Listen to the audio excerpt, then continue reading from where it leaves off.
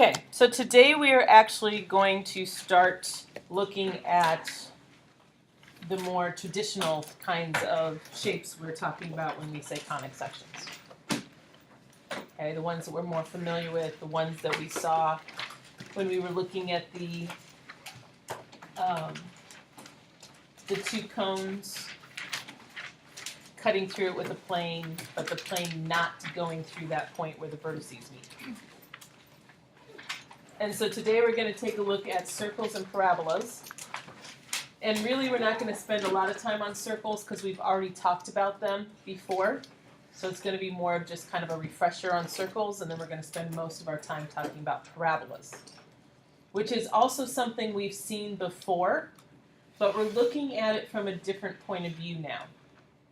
Because before, when we dealt with parabolas, we dealt with them as the graph for a quadratic function. So we were looking at them in terms of being a function. Now, looking at them as conic sections, we don't have to worry about that function definition. So we don't have to worry about it fitting that definition. And what that does then is it gives us more options as to what we can actually use for a parabola. And with conic sections, we can take care of all of those different possibilities. As a function, we can't. Okay? So as a conic section, it just kind of broadens the scope of what we mean by a parabola. Okay? But let's actually talk about circles for just a second. So if you remember the last class before break, we had kind of an introductory activity that you were playing around with the different conic sections on the calculator. And after each conic section, there was a couple of questions, and I said you should answer these questions in your notebook because when we go through the lesson, well, I will be asking you at the beginning of every lesson, so what did you see in the activity? So, what did you see in the activity as it relates to circles?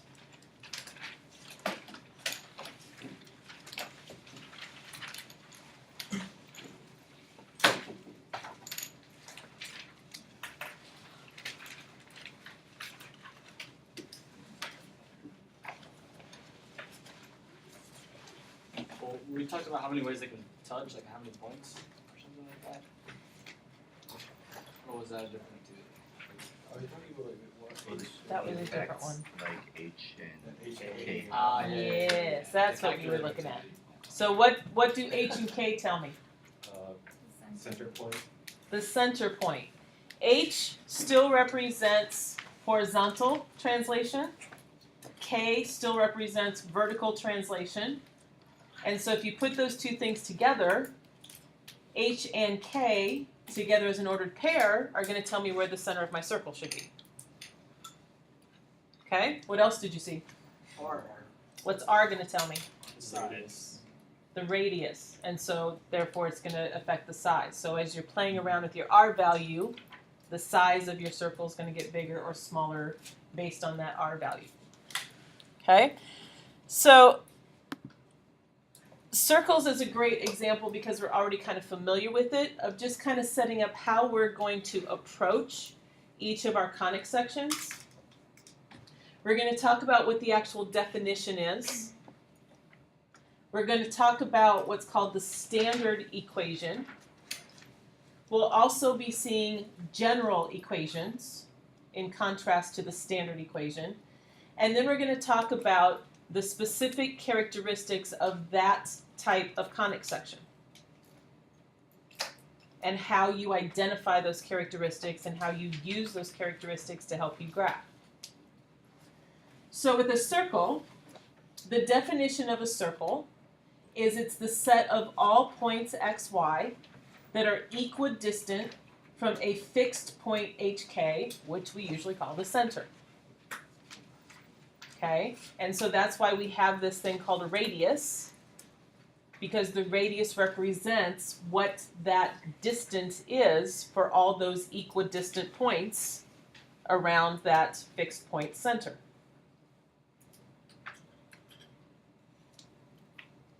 Okay, so if you pick some point as your fixed point, call that the center. Every point that is the same distance from that point the set of all of those points makes up your circle. Make sense? The standard equation for a circle, we've seen this before. We've got the x minus h quantity being squared. We add that to the y minus k quantity being squared, and it has to be equal to the r being squared. So both x and y will have squared terms.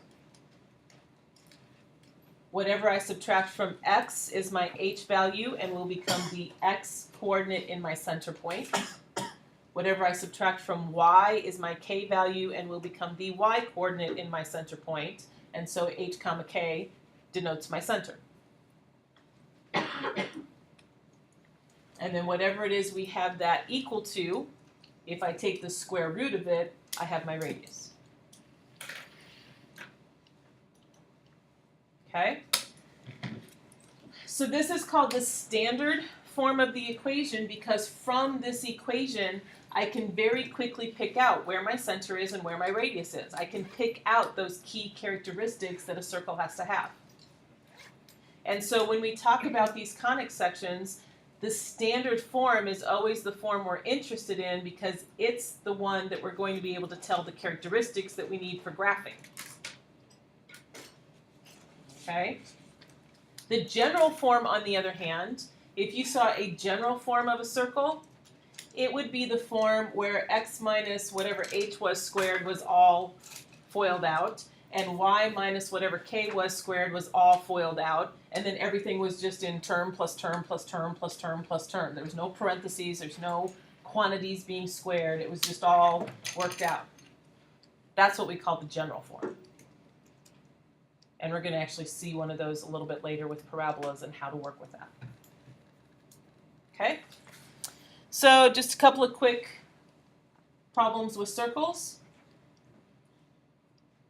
Basically, there's two types of problems. Either I give you the equation and you have to draw the circle, or I give you the circle and you have to give me the equation.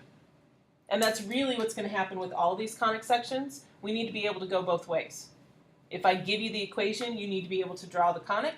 If I give you the conic or tell you something about the conic, you need to be able to figure out what the equation should be. Okay?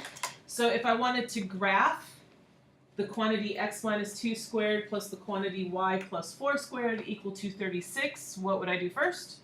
Find your center. Find your center. Where's my center going to be? 2 negative 4. 2, negative 4, because remember it's always minus h and minus k. So it's that opposite sign thing again.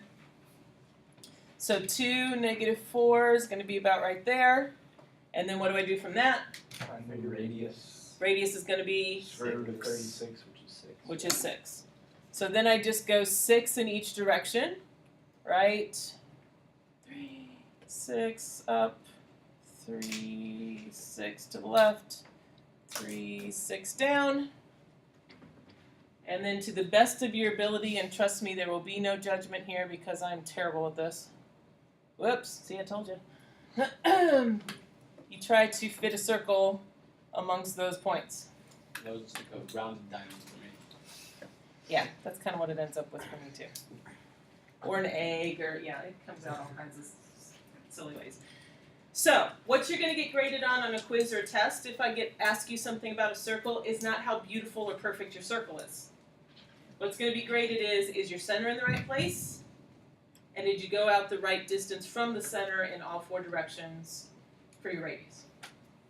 That's what I'm interested in. And then just try to draw the best you can among those points. Okay? Going the other way, if I give you this orange circle, what's the equation?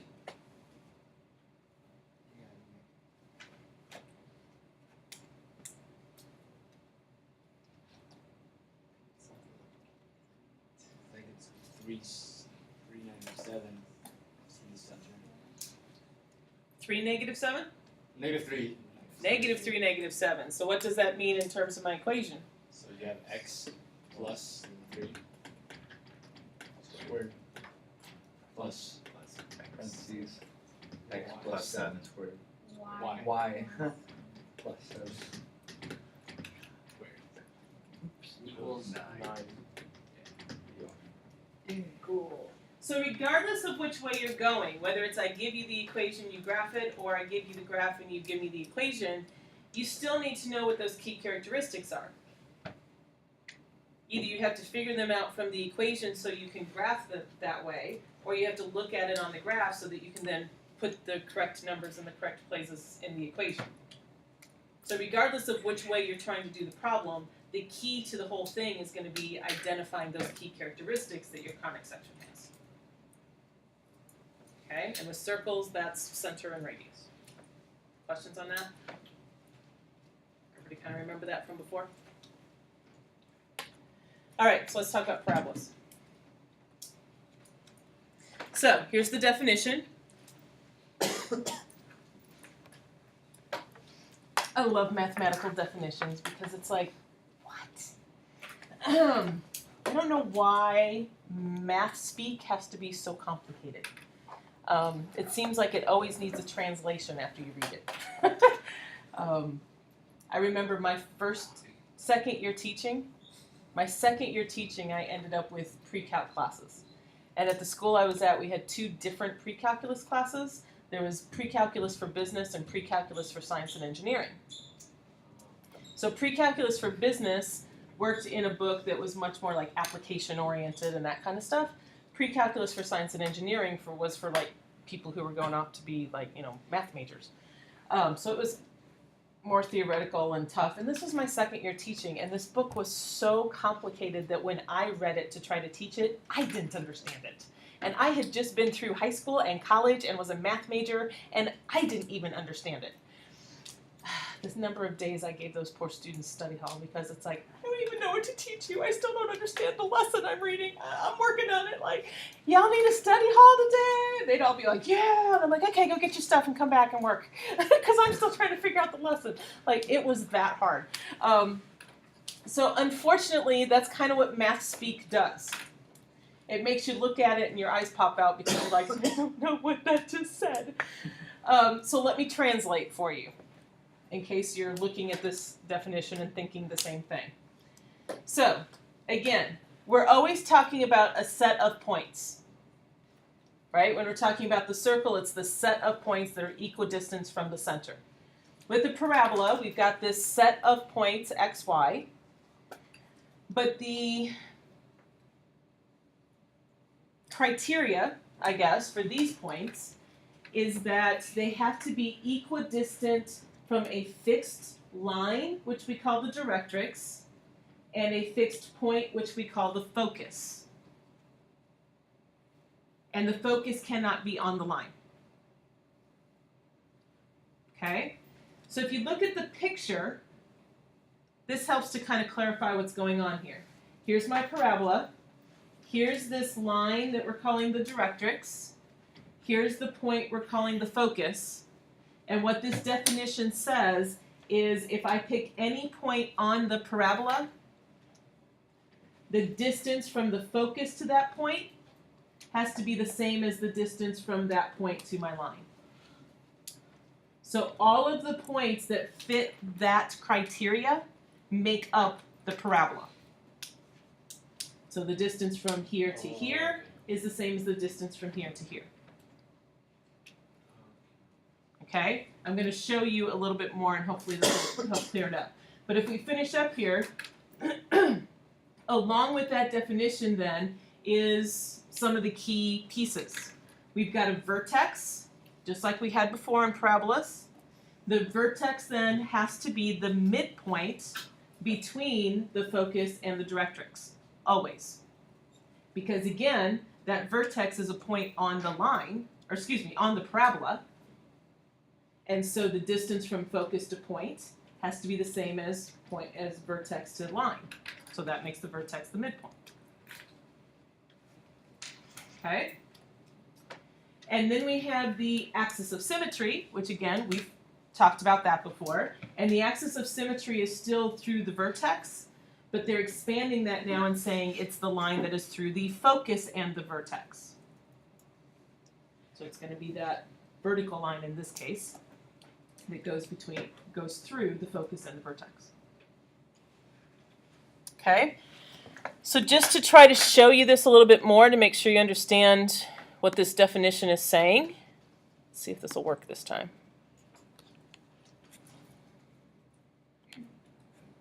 Come on, go to my Inspire. There's my Inspire. It's not opening. Fine, be difficult. It worked great when I set it up, but for some reason now it doesn't want to work. So let me do it this way. Plan B. There we go.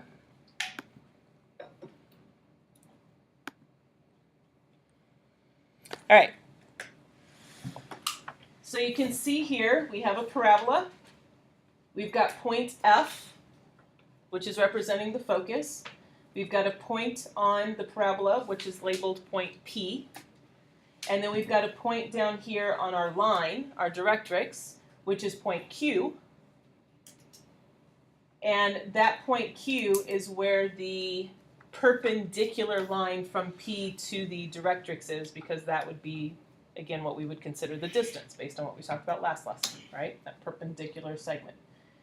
And so you can see up here then on the right side of the screen, we've got the measurement for segment PF, and we've got the measurement for segment PQ.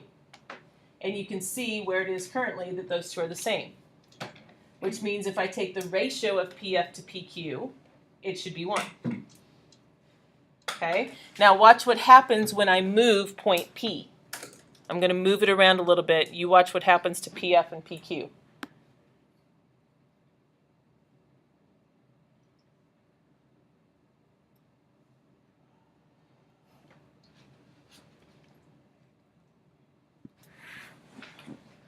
So what happened with PF and PQ?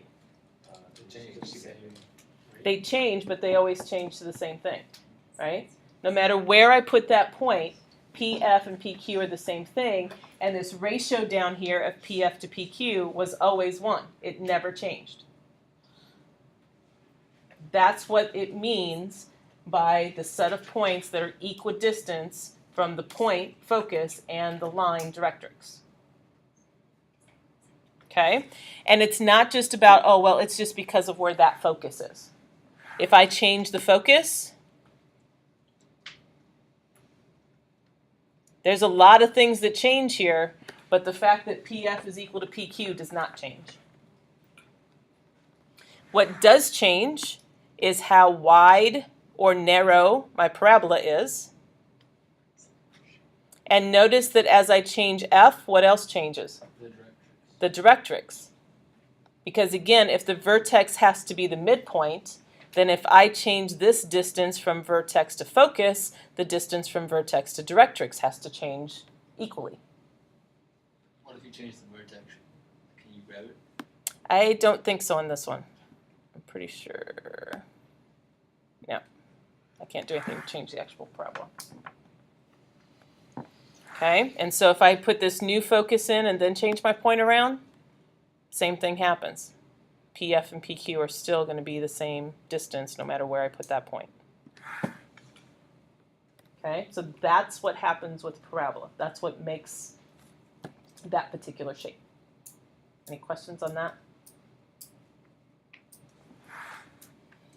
Okay. So now that we know what a parabola is, tell me some things you found out about it.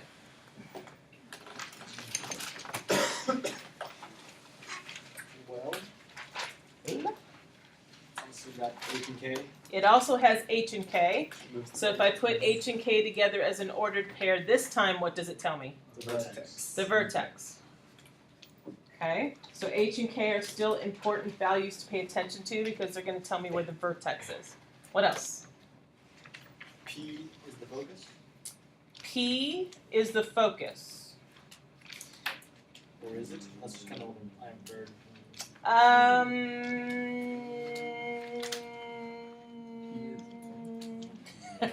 All of a sudden, the giver's coming to mind. What did she always say?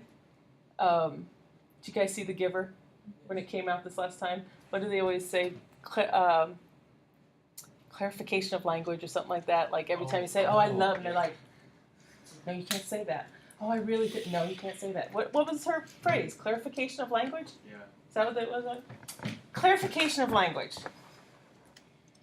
P affects the focus, but you have to be a little bit careful saying that P is the focus, because it kind of depends on where your vertex is. Right? If we say P is the focus and I say, well, P is 3, first of all, how do you take a single number and make it into an ordered pair? Right? Because focus is a point. And then if your vertex is somewhere else and then you say P is 3, well, if my vertex is over here at like 4 or 5, but P is 3, does that mean focus is over here? No. Right? So yes, P affects the focus, but be a little bit careful saying P is the focus. Okay? Did you notice something about P in the equation?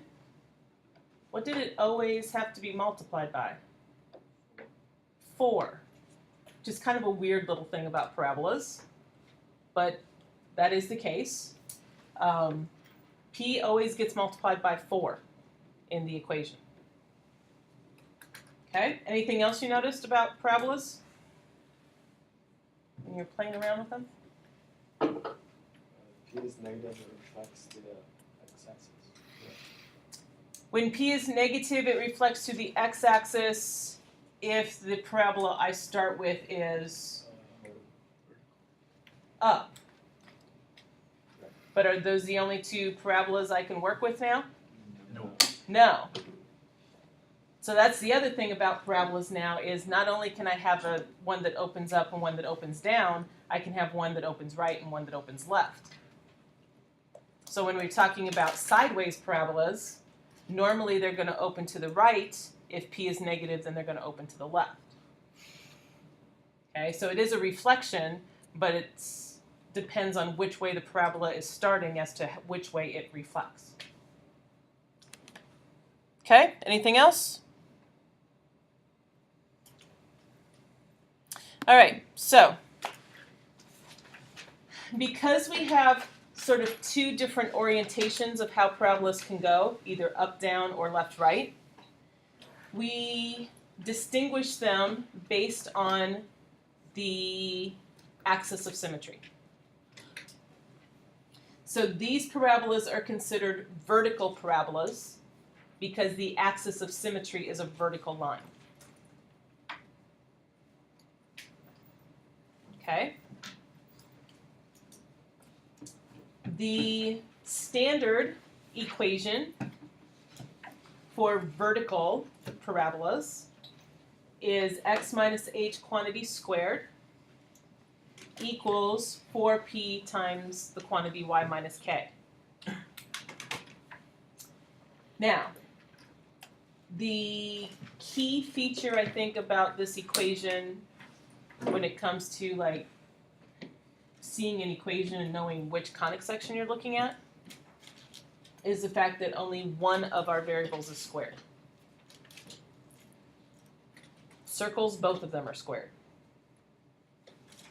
With ellipses and hyperbolas, you're going to see both of them are squared as well. So the key thing about the equation of a parabola is that only one of them is squared. That's how you know you're talking about a parabola. Okay? How do I tell the difference then between a vertical axis or a horizontal axis?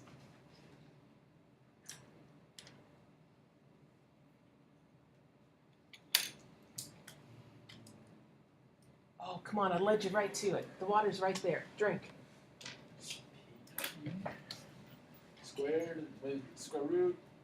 Is it what it's called? It's where the H and the K are. Nope. What it is positive. So I'll back you up and lead you to it again. The key characteristic of an equation of a parabola is that only one of the variables is squared.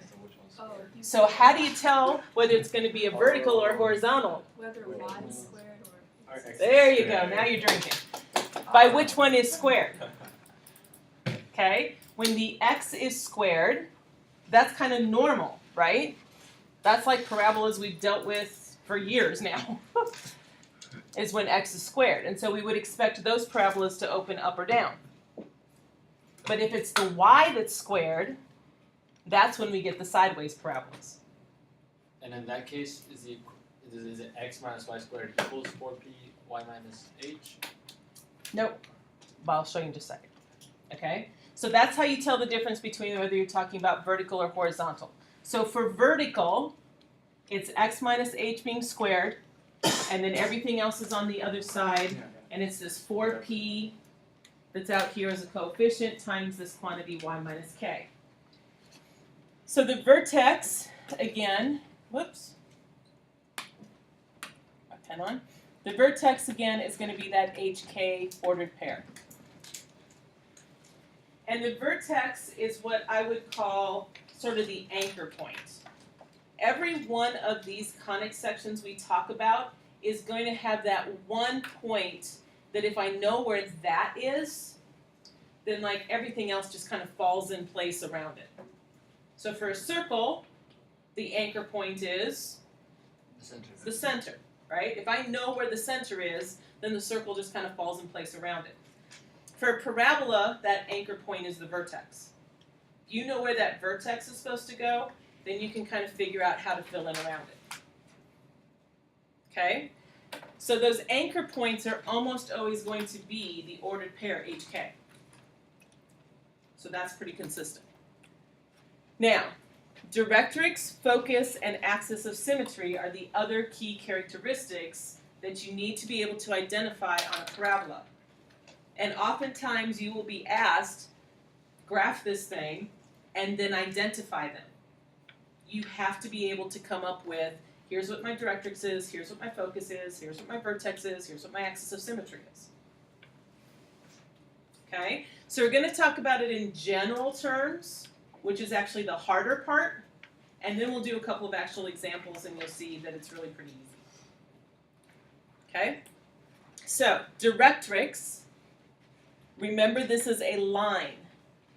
So when you are identifying your directrix, you have to make sure that you write it as an equation, because lines are represented with equations.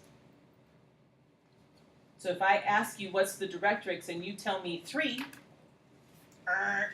wrong answer. That's not how we talk about lines. You have to tell me that it's x equals 3 or that it's y equals 3. Now in this case, is my directrix horizontal or vertical?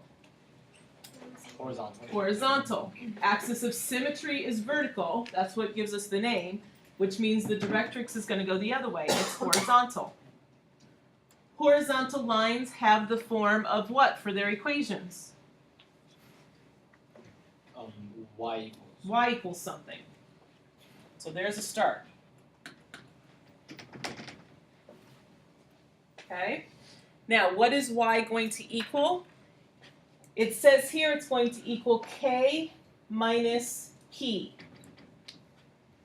This p value, going back and working off what Nick said a minute ago, affects where our focus and our directrix is going to be. Because the p value gives us the distance from the vertex to the focus. Okay?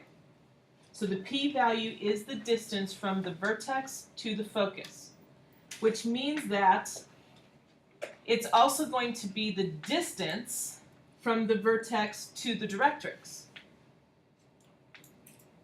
Right? Because if vertex has to be the midpoint, those two distances have to be the same. Okay? But whatever p is, if I add it to my k value here, that's going to put me to the focus and also then tell me which way my parabola is going to open, because the focus always has to be inside the U. Which means then that taking the k and subtracting the p from it will move me to the other direction and tell me where my directrix has to be. And in this case, it is being done to the k value, because if you think about these 2 points, the coordinate that they have in common is my x coordinate. So h isn't going to change between those 2 points. It's my y coordinate that's going to change. So here, the vertex is hk. This point I still have h as my x-coordinate, but then it's k plus whatever p was to get me up here to the focus. And then, since I have to move down from this point to get to my directrix, it's k minus whatever p is to get my equation. So y equals k minus p gives me the equation. And then for the focus, since the focus is a point, I need to identify it with an ordered pair. H, comma, k plus p.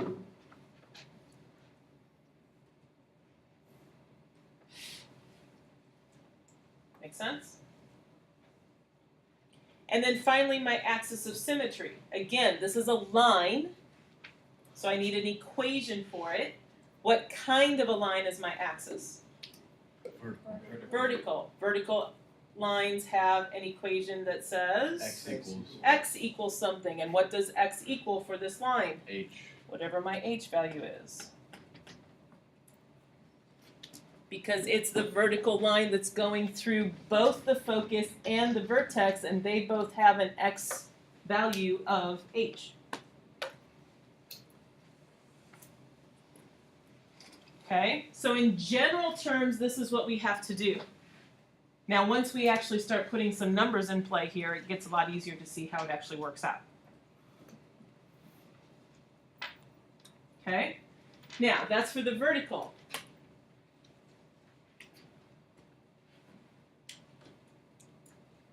For a horizontal parabola, that means we now have a horizontal axis of symmetry.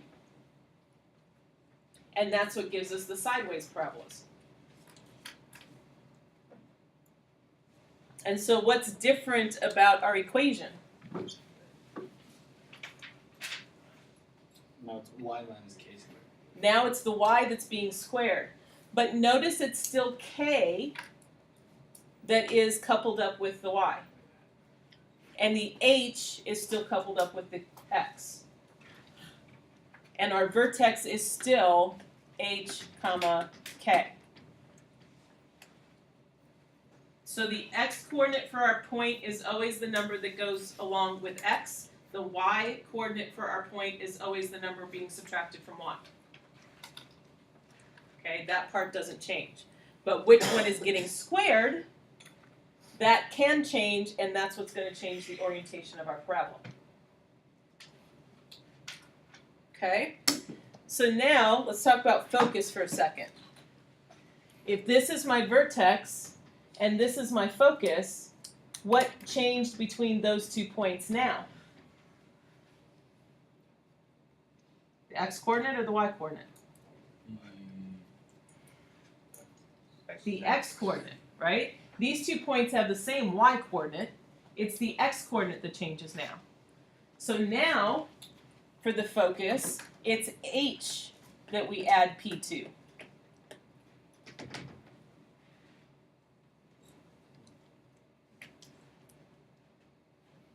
Okay? So then for the line, what kind of a line is my directrix this time? Vertical. So this one out here. So what is the equation for my directrix line?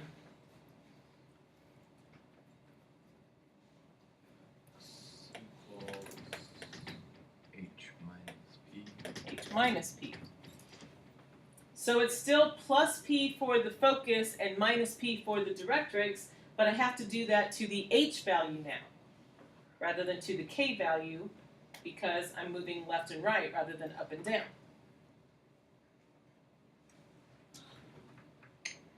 Okay, and then what's my axis going to be? Y equals k. Y equals K, because now it's a horizontal line, and it's a horizontal line going through the vertex and the focus and has the same K value.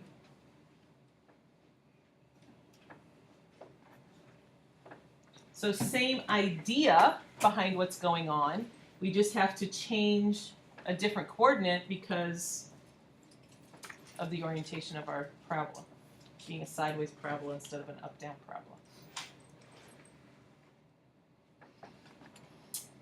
Any questions that far before we actually look at a couple of particular examples with real numbers in it? All right. So let's start out easy.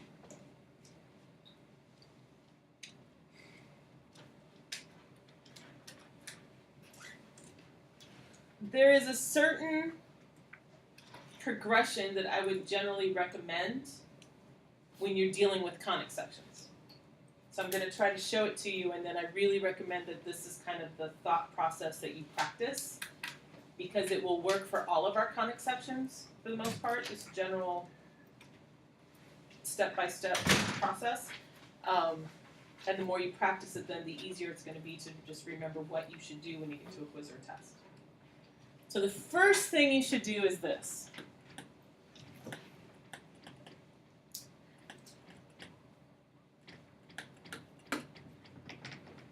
Ask yourself if the equation they gave you is in standard form.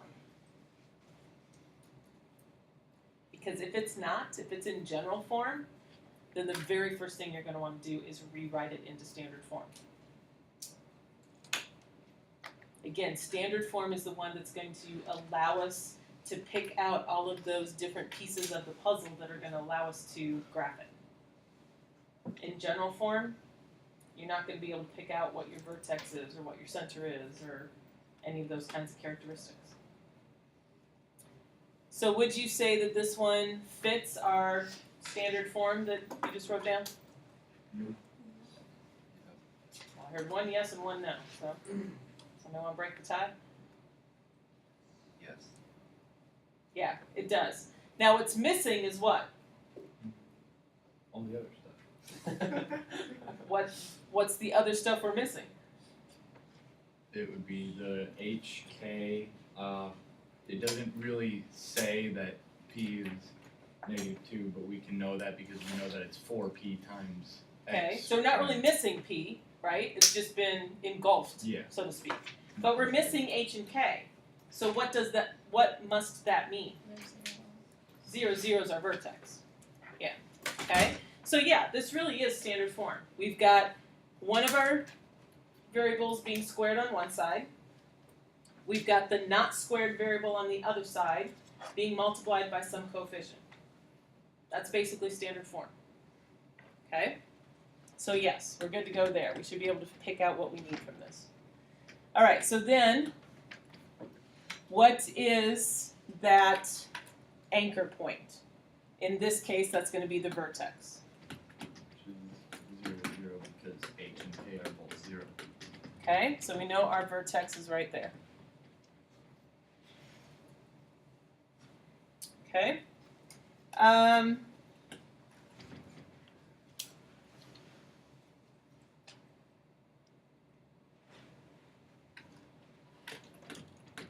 So what is P? -2. Whatever this coefficient is, we know it has to come from 4P. Finish that P for me. Come on. There we go. So whatever the coefficient is, in order to figure out P, we actually just have to take it and divide it by 4 every time. So P is going to be a -2. Now, that tells me something about my focus, but I can't put my focus in just yet because I need to decide which type this is.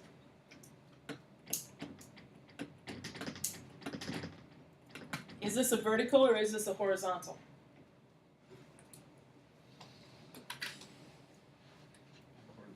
Horizontal. Why? Because y squared. Because y is the 1 squared. All right, so now that I know this is a horizontal parabola with a vertex at 0, 0 and a P of -2, where's my focus going to be?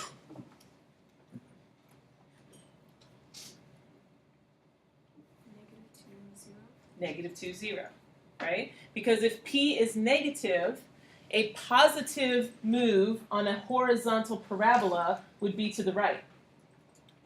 A negative move is going to be to the left. And so having a P that's -2 means I went 2 units to the left to get to my focus. So there's focus, there's vertex. So that means where's my directrix going to be? 2, 0.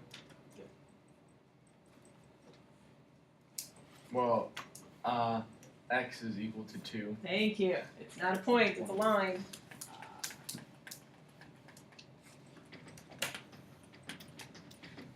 So 2 in the other direction will get me to my directrix. Okay? Now, at this point, am I ready to draw in my parabola and call it a day?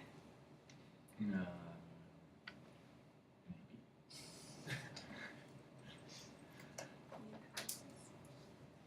Okay, we could draw in the axis. We'll probably be asked to identify it. Now, am I ready? You have to like find a point. Yeah, because at this point, do I have any idea how wide or narrow this is supposed to be? No. No. Plug and chug. So I'm going to need one more point.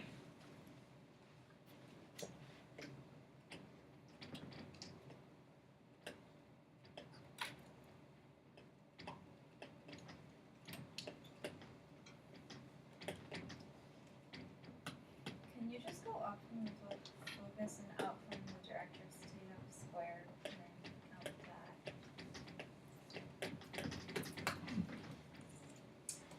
Use your focus. And the reason, there is a reason. I'll tell you why in just a second.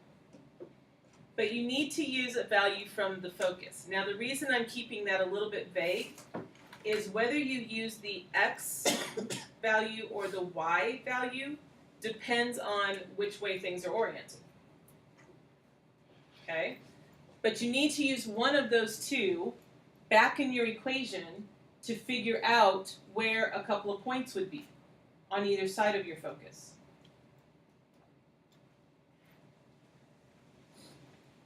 So if this is my focus, which is at -2, 0, and I know that my parabola has to open to the left, then what's going to stay the same between my focus point and the points I'm trying to find?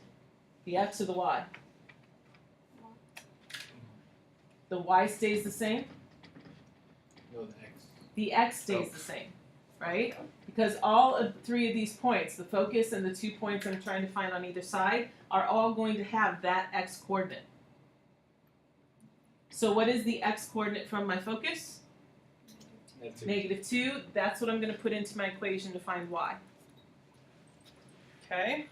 So y squared is going to equal a -8 times a -2.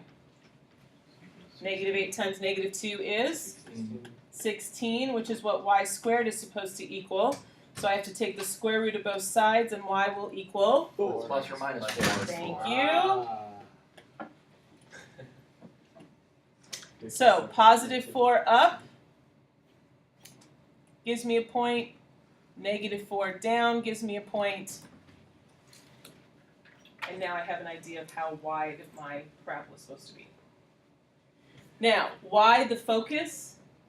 Because if you use a value from the focus, you're always going to end up with a number here that is a perfect square. So when you do the square rooting, it'll give you nice numbers. Rather than just randomly picking some x value and going with it, it's probably going to give you some bizarre square root thing, and it's going to be difficult to graph, and then you're going to be frustrated. So if you pick one of the coordinates from the focus, this will always turn out a perfect square, and you'll get nice answers. Okay? So now I can draw a pretty decent sketch, So when we and do Mrs. start Gordon will give graphing you full credit. on like tests and stuff, all we need is vertex, directrix, focus, and then 2 points. And the axis. Okay, thanks.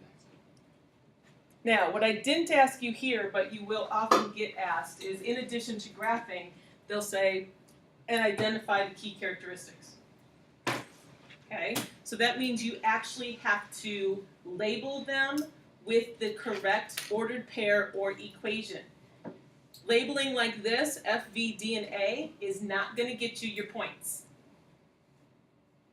Okay? I don't just want to know, oh, by the way, that point's the focus. I want to know what the point actually is.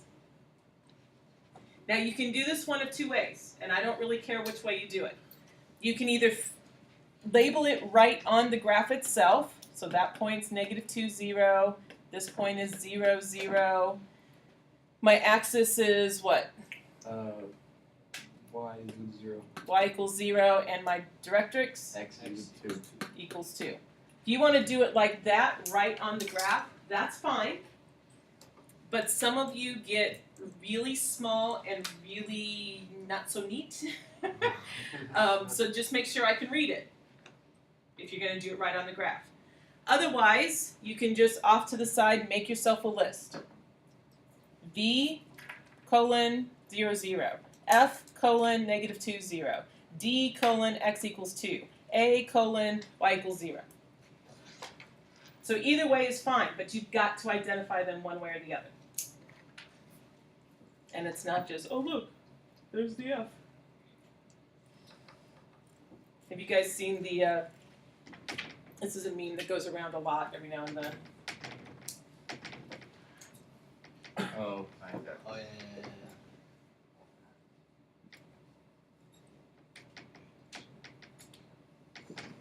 Have you seen that one?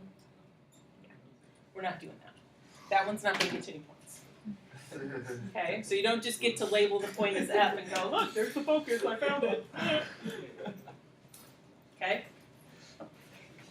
All right, any questions on this? All right, now that was baby steps, right? Because we had the origin at 0, 0, so we didn't have any H's or K's to deal with, so let's take it up another notch. Try that one on your own first, and then we'll see what you get.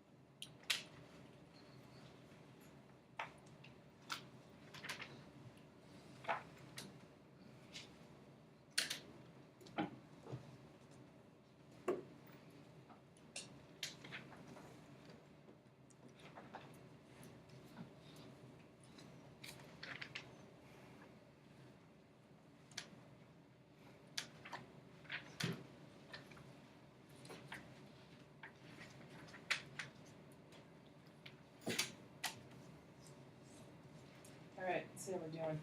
There's a couple more problems I want to show you. I run out of time before we get a chance. So would you say this is in standard form? Yes. Yes. We've got the quantity with x being squared on the right. We've got a coefficient in front of the quantity with y over on the left.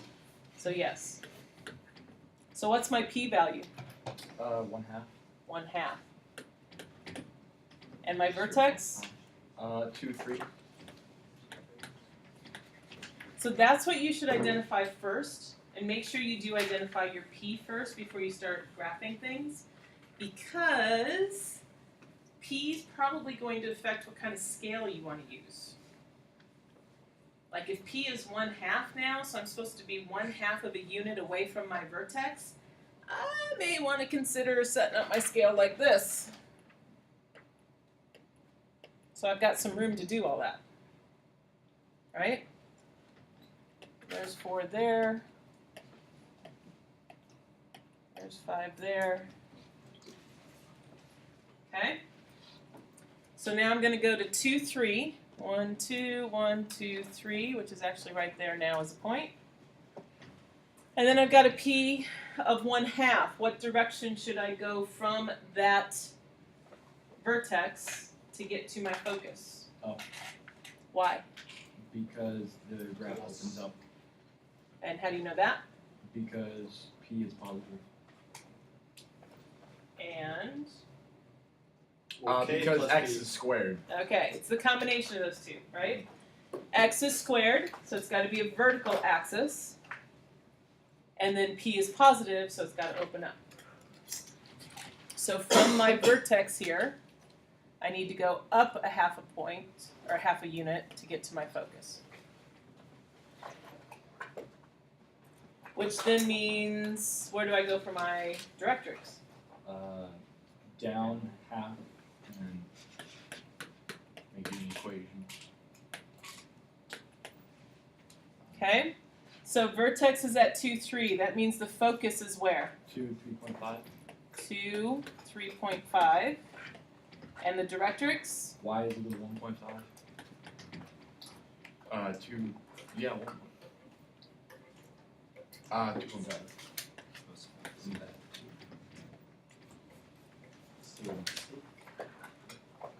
Now, all of that does come from k plus p, k minus p, blah, blah, blah, blah, blah. But if you actually draw it out first, it's easier to just go, oh, my line ended up at 2.5. Oh, my focus point ended up at 3.5. Okay? Where the plus and minus comes in is if you end up with a p-value, which isn't going to happen very often, that's like a square root of something. Then you just have to say it's 3 plus square root of 3 and 3 minus square root of 3 or whatever. That happens more with ellipses and hyperbolas. You're not going to see that very much with parabolas, so don't have to worry about it yet tonight. And then finally, my axis. X is equal to 2. Okay, so what's the last piece before I can actually graph this? Find 2 points. And I'm going to use a coordinate from my focus. So my focus was 2, 3.5. Which one should I use? 3.5. The 3.5. Because now I'm looking for points that are on either side of the focus, which means all of those points are going to have the y coordinate in common. So it's the y coordinate I want to use in my equation. Now that may seem weird because when you look at the ordered pair, you're going to think, well, 2 looks easier. Right? I don't want to use 3.5, I want to use 2. But trust me, the 3.5 is actually easier because when you go to put this in now, I'm going to do it over here since we don't have to graph anything. We've got x minus 2 being squared. Then we've got 2 times 3.5 minus 3. Well, 3.5 minus 3 is 0.5. times 2, 1. perfect square. X minus 2 is equal to plus or minus 1. So x is going to have to be, 3 or 1. so 1, 2, 3, it's going to go right there. 1 is going to go right there. And now I've got some idea what my parabola looks like. Now I can draw it in. Yay. Okay, pretty easy? Yeah. All right, let's go the other way. What if I tell you about the characteristics of the parabola and ask you to write the equation for it? Okay. That's not bad. That's not bad. Yeah. You got like a P. Biggest piece of information, or I wouldn't even say information, biggest piece of advice I can give you on this, sketch it first. Yeah. Doesn't have to be pretty, doesn't even have to be exact, but make yourself a little sketch off to the side. And draw the characteristics they tell you. Because it's way easier to then look at that and come up with all the pieces of the equation. So what are they telling us? Vertex is at 2, negative 3. 1, 2, 1, 2, 3. That's going to be about right there. Where's the focus? 4 4, negative 3. So I got to go out a couple more, and I'm right there. What do I now know like that? The Y is squared and directrix. Y is going to be squared because it's going to open what way? Vertical, horizontal. Yep. And The directrix. we don't need to know the direction. don't really need to know the directrix, but it's kind of associated with that. What else do I know? P, P. What's P? 2. 2. Right? Yay. Way easier to figure that out by looking at where the points line up than trying to go, okay, so 2, negative 3, and 4, negative 3, and you're going to give yourself a headache. Put it on paper. Draw it out. It's way easier. So, I now know vertex. I now know P. Is there anything else I need to know to write an equation? Nope. Nope. So let's do it. What's it going to say? Y. Y plus 3 in parentheses squared is equal to 4 times 2 or 8. Yeah. It's too long, tell me. Stop it. Stop it. There we go. You're not on pen, I think. Yeah. 8 parentheses x minus 2. It'll go a lot faster on your paper. Your paper won't act up on you. Alright, but that's it. That's all you have to do. Yay. So seriously, the easiest thing, the best thing to do to make this an easy problem is draw yourself a little sketch. Because then P is going to be easy to see and the vertex is going to be easy to see. Even if they don't actually give you the vertex, if you draw what they do give you, you can usually figure out the vertex pretty easy. Like if they tell you focus and directrix, well, you know vertex has to be halfway in between. So now you've got vertex, you can write your equation. Okay? All right. Here's one for you.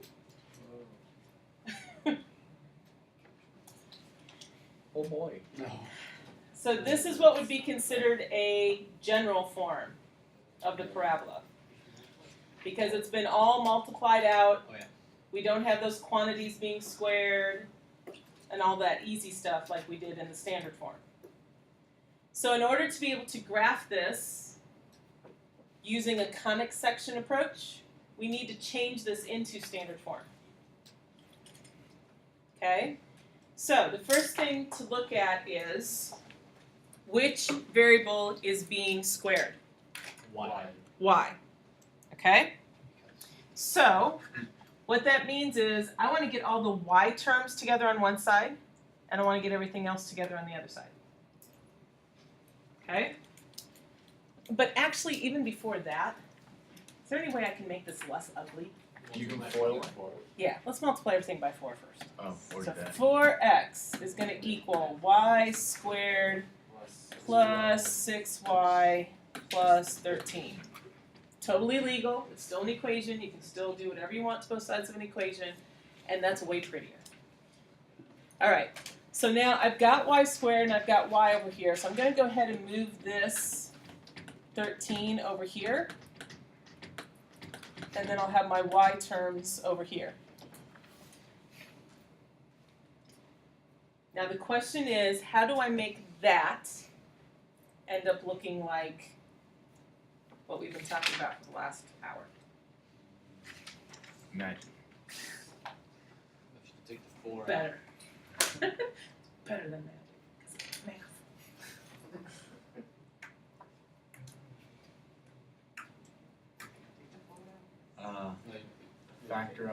so you get y plus 6 times y on the Will that make it look like your standard form? It'll be closer. But will it make it look like your standard form? No. Oh well, if you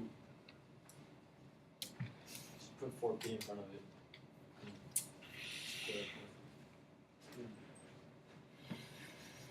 Think back. It's in there. It is. Rifle through the files in your brain. You can try to FOIL the side with the y's. Or you can make a perfect square. on How one would I side. make a perfect square? By adding a certain amount to both sides.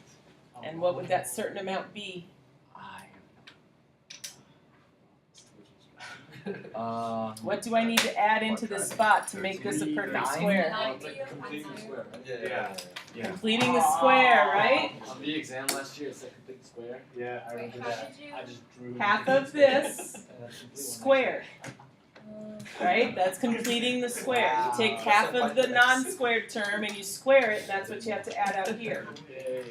And if I add it on this You side, have to add it on the other I side. have to add it on the other side. So you'll get 4x minus 4 is equal to. And then you can factor out the 4 and get 4 times x minus 1. So what does this rewrite as? X plus 3 squared. I don't know what's that. why? No, why plus What? Wait, how did it complete the Squared. And then 4 times x minus 1. Oh! I have no idea. I got it. Oh my god. P is equal to 1. Alright, Oh. now, Yeah. back up a couple steps for those No, of you that we left on the side of the road. Please. What is Come this? on. Alright. Complete the square. We don't have a lot of time left. I want you to do one more problem quick. So everybody refocus up here. So by getting all of the y terms together, because that's the one that's squared, and then getting everything else on the other side, we then set up a situation where we can create that perfect square trinomial, because that's what we need to be able to rewrite it as some binomial squared. Right? And that's what we have in the standard form, is this binomial of y or x minus the k or h, whatever, being squared. So, when you have y squared plus 6y, and you've got that gaping hole there that you need to fill in order to make it a perfect squared trinomial, that's where completing the square comes in. That's something we did back in Algebra 2 and beginning of the year this year, and so now it's coming back to haunt us again. But it's not haunting us, it's a tool. It's one of those things that we gotta dig in the toolbox a little bit and get down there in the bottom because we haven't used it in a while. Okay? But it's there.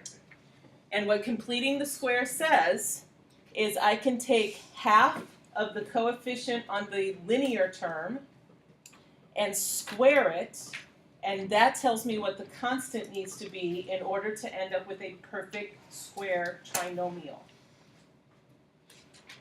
So I'm filling in the gaping hole. I'm saying I want a 9 here because half of 6 is 3 and 3 squared is 9. But if I now add 9 to this side, I have to add it to this side too because it's still an equation. Whatever I do to one side, I have to do to the other. So when I do it to this side, I now end up with 4x minus 4. On this side, I now have this perfect square trinomial, so I can rewrite it now as a binomial squared. This is equivalent to y plus 3 squared, and if you're not sure, FOIL it back out. Then on this side, in order to really get it to look like standard form, I'm going to factor out whatever the coefficient on x is so that I get x by itself. Well, it just happens that this was also 4, so that was a nice, real easy factoring. I end up with 4 out here and then x minus 1 in the parentheses. So now, can you tell me the vertex of this parabola? Yes. What is it? 1, negative 3, because we're in standard form now. If it makes you feel better to put this on the left and this on the right, that's fine. Okay, but we're in standard form. So, vertex is 1, -3. What's my p-value? 1. 1. So what's my focus going to be? Do you agree? 2, -3? Isn't it opening? Yeah. Which way is this going to open? So yeah. Horizontal. 2, -3. And it's positive. And it's a +1, so we need to add that to the x. So 2, -3 would be my focus. So where's my directrix going to have to be? 0. No. It's equation. X is equal to 0. Yeah. Because it's the vertical line at 0, right? So I meant. And then my axis of symmetry? Y equals -3. So now you can tell all that stuff because you've changed it into standard form. And if you're being asked to graph it, you know how to graph it. Okay? So that's the key to any problems like this. If you're given the equation in general form, your task for getting it into standard form for a parabola is to get all of the squared, whatever variable is being squared, get all of those terms on one side, get everything else on the other side, and then use completing the square. And that'll get you into that standard form, and then you can tell all the characteristics you need to. Okay? All right. Actually, I want to take a look at this one really quick. We'll come back to the other one if we have a second. But I want to tell you this one because there is a problem in the homework that assumes you understand what's going on here. So I want to make sure that I explain this to you. So if you think about real life parabolas, probably the most common type of parabola has to do with satellite dishes, right? Or reflective surfaces where you're trying to intensify the brightness of something, like on a flashlight. Okay? And so those kinds of uses of a parabola are based on this idea. If you're talking about it as a satellite dish, you're trying to receive signals, right? And so the signals are coming in, and they're going to bounce off of this parabola, and they're going to do it in a way that even though they're coming in parallel, when they hit the parabola, they're going to bounce off and reflect, and all of these reflections end up here at the focus.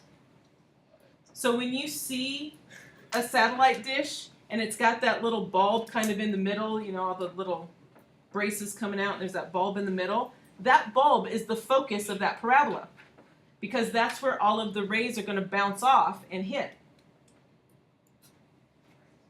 Okay? And then all of your wires and everything go from there into your house and to your TV, and woohoo, you get to watch Netflix or whatever.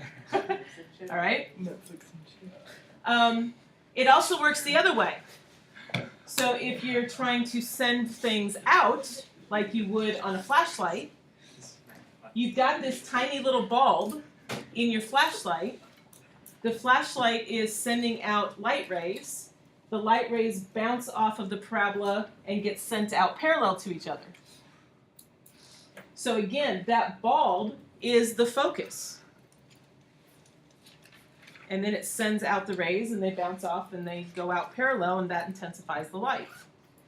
So that's why it doesn't take a very big bulb in a flashlight to really be able to still see pretty well, because of how that metal parabolic shape behind it works. So if you get a problem that looks like this, whoops, yeah, like that. That's a great problem, isn't it? Like this, you need to understand that that little ball right there is your focus. So if you're now being asked to write an equation for this, notice that you get to set up where the axes are. So set them up easy. Make your vertex 0, 0. Which means all I really need here is P. And what's P? 3.5. 3.5. So what's the equation? X squared is equal to 3.5y. No. 3.5 times 4 5 times 4, why? is 14.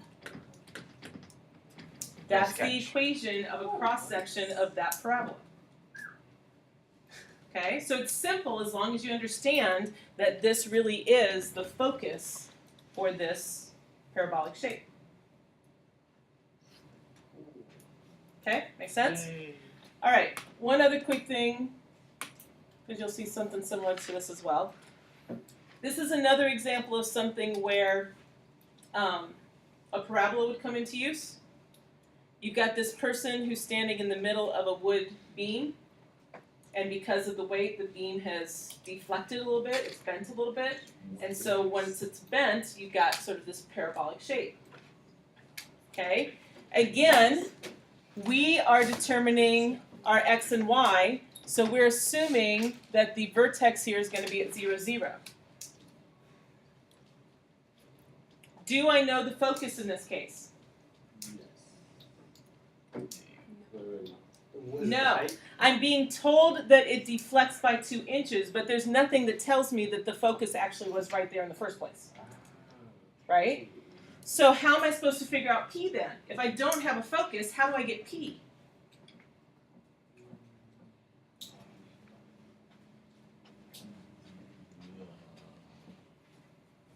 Is there something else I can tell about this picture? Oh, you can find the side points. Oh, because there's the same coordinates. What would that point be? What is that number in the middle? 36. Oh, yeah. 18, 2. Yay, Yeah. we just made it easy. So it doesn't always have to be about knowing the focus. Sometimes we have to figure out P by actually putting in another point that we know. And especially, again, if we're starting with a vertex at 0, 0, that's pretty easy. So which Man, that guy is really short. which general form would we actually be using here really quick? Vertical. That guy. Right? So if I put in 18 here and 2 here, then I can find P and I can get my equation. That guy is really Okay. short. Not the scale. Yes. All right, so For the weight the that he puts assignment is down. on Canvas. If you would prefer to graph on actual graphs, then I gave you a link to graph paper. You can run one off. If you want to just sketch them on your notebook, that's fine, but make sure whatever you do, you include it when you hand it in. 2 inches. Slide.